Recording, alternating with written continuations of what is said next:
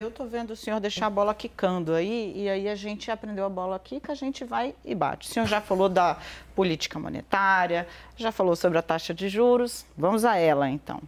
Tem uma questão que está sendo abordada insistentemente pelo presidente Luiz Inácio Lula da Silva. Eu, quando tive para fazer a entrevista dele aqui para a CNN, tentei abordar outras coisas antes, mas ele queria falar sobre a taxa de juros. Eu assisti. E ele queria falar sobre o Roberto Campos Neto. Tem uma pressão que ela é contínua para que haja, num prazo menor do que aparentemente a autoridade monetária, o BC, estava prevendo, uma redução na taxa de juros.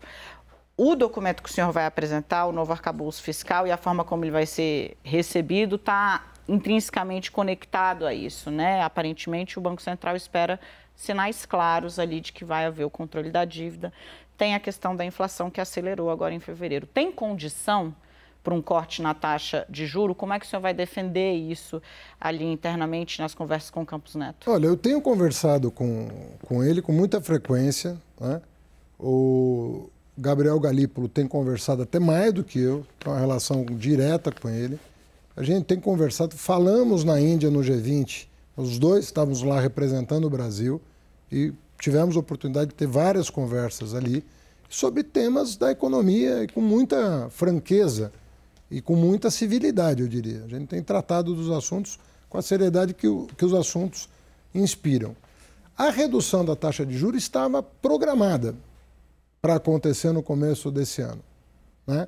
E isso depois da transição, depois da eleição do presidente Lula, depois da posse, ela estava contratada. E quando eu soltei lá o primeiro pacote de medidas, né, as primeiras medidas na direção correta, nós imaginamos que isso fosse, inclusive, colaborar para essa decisão. Deixa eu falar de algumas coisas, infelizmente, técnicas, mas que eu preciso saber. Quando você fala da inflação, o Banco Central ele não olha para a inflação desse mês para calcular a taxa de juros. Ele olha o que a gente chama de do período relevante, do prazo relevante de queda. Até porque se ele aumentar o juro agora, os efeitos que nós estamos vivendo agora são de decisões que ele tomou lá atrás. Quando saiu de 2% para 13,75%, 2% para 13,75%, nós estamos agora colhendo a retração da economia em função desse aumento. E por que ele aumentou os juros tão drasticamente? Não sei se o patamar que ele atingiu é discutível. Tem muita gente que acha que está exagerado desde sempre.